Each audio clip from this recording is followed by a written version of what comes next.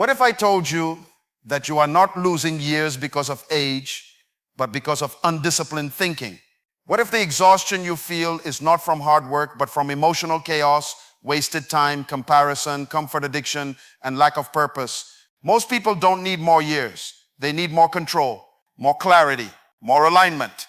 The Stoics understood something powerful.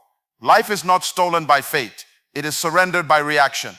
And when you master your mind, your time, your discipline, your mortality, and your purpose, you don't just extend life, you expand it. Today, we didn't just talk about philosophy, we talked about survival of the mind.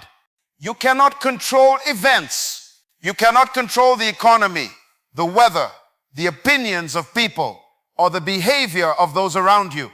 Trying to control what is outside your authority is the fastest way to exhaust your spirit and shorten your peace. The Roman emperor and Stoic philosopher Marcus Aurelius understood this deeply. He ruled an empire, commanded armies, and faced betrayal, plague, and war. Yet he reminded himself daily that his true power was not over Rome, but over his own mind. The first great liberation in life is recognizing the boundary between what is yours and what is not. Events belong to the world. Responses belong to you. Circumstances are neutral until you interpret them. When something happens, a loss, a delay, a criticism, your immediate reaction is often emotional and automatic. But that first impulse is not your destiny. Between stimulus and response, there is a space. In that space lies your freedom. Most people surrender that space. They allow headlines to dictate their mood. They allow one negative comment to dominate their entire day. They allow traffic, weather, and minor inconveniences to steal hours of emotional energy. This is not strength. This is surrender. When you react impulsively, you give external events authority over your internal state. Mastery begins when you pause. When something disrupts your expectation, ask yourself, is this within my control? If it is not, then emotional agitation will not change it. If it is within your control, then calm action is far more effective than panic. Your response is your signature. It reveals your level of discipline, your maturity, your depth of understanding. When you control your reaction, you conserve energy. Stress hormones decrease, clarity increases, relationships improve, decisions become sharper.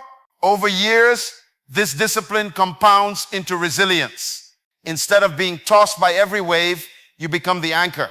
Instead of being defined by crisis, you define your conduct within it.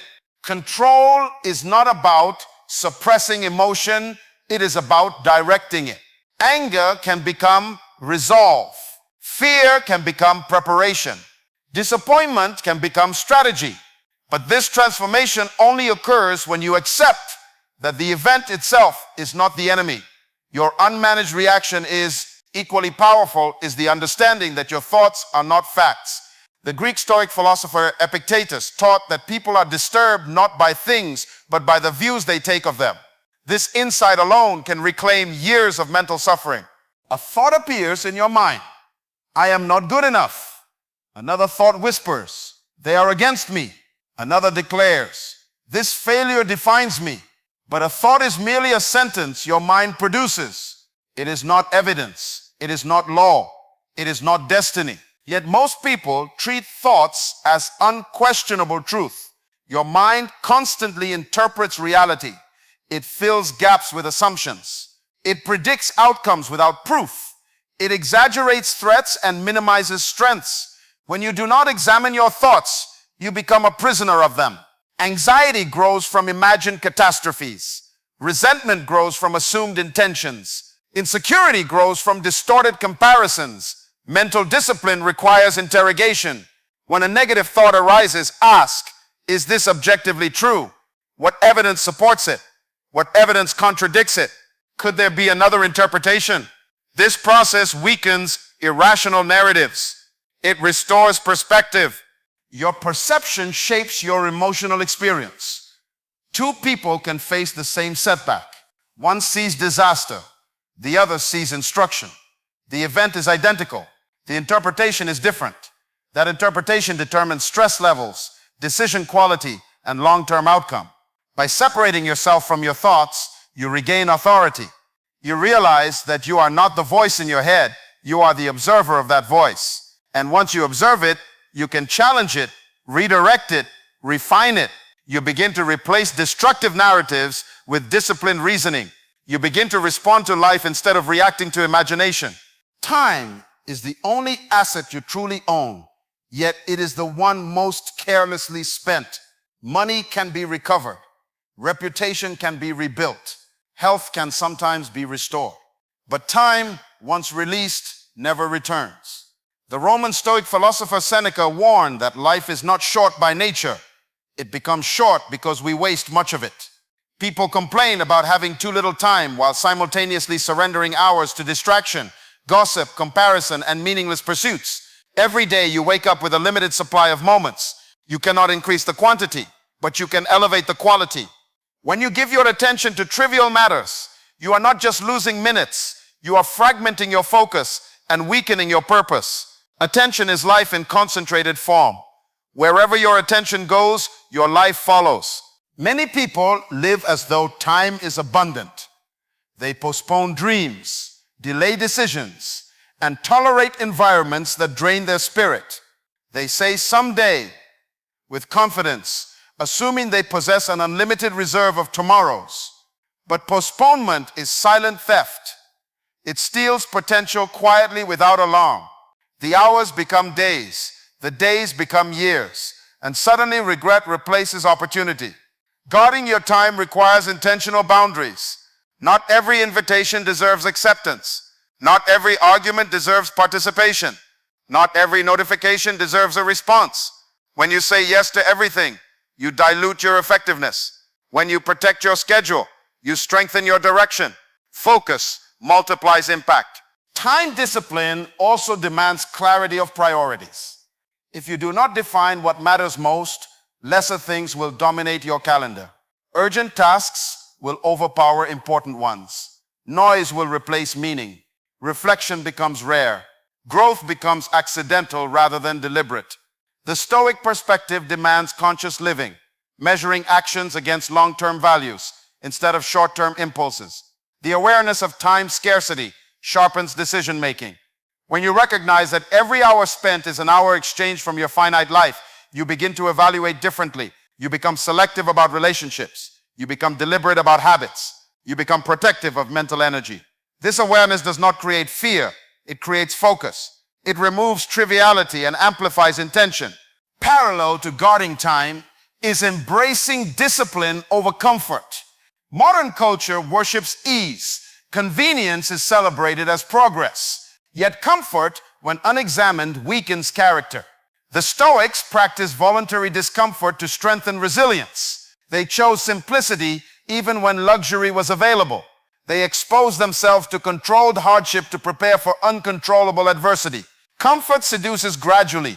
It whispers that you deserve relaxation before effort, pleasure before purpose, ease before excellence. When repeated, this pattern erodes willpower. Muscles weaken without resistance. Minds dull without challenge. Character softens without testing. Discipline is deliberate self-command. It is choosing what is beneficial over what is immediately gratifying. It is rising when you prefer to remain still. It is training your body when excuses feel convincing. It is controlling speech when anger seeks expression. Discipline builds internal authority. Each small act of restraint strengthens self-respect. Voluntary discomfort develops adaptability. When you intentionally expose yourself to manageable challenges, physical training, intellectual strain, structured routines, you expand your tolerance for stress. Hardship becomes less threatening because you have rehearsed resilience. Instead of collapsing under pressure, you stabilize. Discipline also clarifies identity. When you consistently choose growth over indulgence, you begin to see yourself as capable and dependable. Confidence grows from evidence. Each disciplined action becomes proof of your strength. This self-trust reduces anxiety because you know you can endure. Comfort seeks to preserve the present state. Discipline seeks to elevate it. Comfort prioritizes feelings. Discipline prioritizes values. When comfort governs your life, stagnation follows. When discipline governs your life, progress compounds. Choosing discipline does not eliminate pleasure, it refines it. Achievement feels richer when earned. Rest feels deeper after effort. Success feels stable when built on structure. The contrast between effort and reward intensifies satisfaction. By guarding your time and embracing discipline, you transform ordinary days into deliberate investments, aligning your actions with enduring purpose rather than fleeting ease. Remember that you will die. This ancient Stoic practice, often called memento mori, is not designed to create fear, but to awaken focus. The awareness of mortality sharpens perception. It removes illusion. It confronts you with the reality that your time here is finite, your opportunities are limited, and your excuses are fragile. When you live as though you have endless tomorrows, you postpone courage. You delay forgiveness. You tolerate mediocrity. But when you remember that your days are numbered, clarity emerges. The Roman emperor and Stoic thinker Marcus Aurelius reflected frequently on death. Not because he was pessimistic, but because he understood its power to prioritize. Death strips away vanity. It exposes how trivial many of your daily frustrations truly are.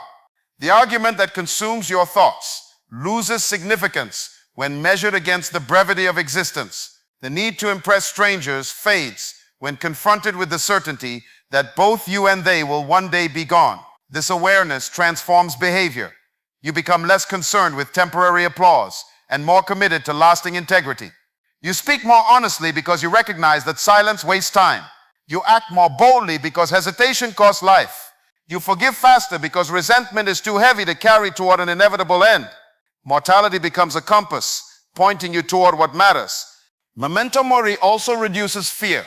When you accept death as a natural part of existence rather than a distant catastrophe, its shadow loses power. Many anxieties are rooted in the illusion of permanence. We cling to status, possessions, and comfort as though they define us. But recognizing that everything is temporary encourages detachment. You begin to value experiences over accumulation, contribution over comparison. The Stoic philosopher Seneca wrote extensively about preparing for death by learning how to live well. Preparation does not mean obsession. It means alignment. It means ensuring that your actions today would withstand the scrutiny of final reflection. It means structuring your life so that if it ended unexpectedly, it would not be defined by regret but by intention. Awareness of death intensifies gratitude. Ordinary moments become extraordinary because they are limited. A conversation, a sunrise, a shared meal, these are no longer routine events, but temporary privileges. This shift in perspective lowers stress and deepens appreciation. You begin to see life not as an entitlement, but as an opportunity entrusted to you for a short season. Alongside this awareness is the necessity of living with purpose. Without purpose, time feels heavy and problems feel overwhelming. Small inconveniences expand because there is no larger vision to contain them. When your life lacks direction, every obstacle appears catastrophic. But when you are driven by purpose, obstacles become part of the process. Purpose organizes suffering. It assigns meaning to struggle. It transforms hardship from punishment into preparation. The Greek Stoic philosopher Epictetus emphasized fulfilling your role with excellence, regardless of circumstance. Your role may not be glamorous, it may not be widely recognized, but when embraced fully, it becomes powerful. Purpose creates resilience because it provides context when you know why you are enduring difficulty. Endurance becomes sustainable.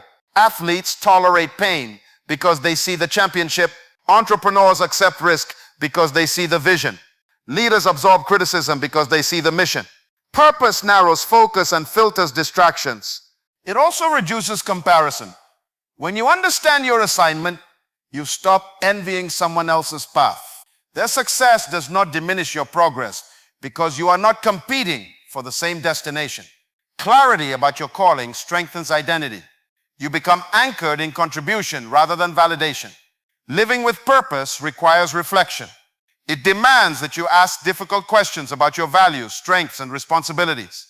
It requires honesty about what truly matters to you beyond societal expectations. When you align daily actions with meaningful objectives, energy increases. Fatigue decreases because your efforts feel connected to something larger than immediate gratification. Purpose transforms routine into mission. Work becomes service. Challenges become refinement. Sacrifice becomes investment. The combination of remembering your mortality and committing to purposeful living compresses triviality and expands significance. Each day becomes deliberate, each decision intentional, each action aligned with a vision greater than comfort or convenience. You have now seen the pattern. When you try to control events, you lose peace. When you believe every thought, you lose clarity. When you waste time, you lose life. When you chase comfort, you lose strength. When you forget death, you lose urgency. When you ignore purpose, you lose direction. These are not abstract ideas. They are daily decisions. Every reaction either strengthens you or weakens you. Every hour either builds your future or feeds distraction. Every discomfort either grows you or exposes your softness. Reclaiming your life is not dramatic. It is disciplined. It is quiet. It is intentional. The Stoic path is not about emotionlessness. It is about emotional governance. It is not about rejecting life. It is about mastering it. You don't need a new year. You need a new standard. And the moment you decide to control what is yours, your response, your thoughts, your time, your discipline, your awareness, your purpose, that is the moment you begin reclaiming the years you thought were lost.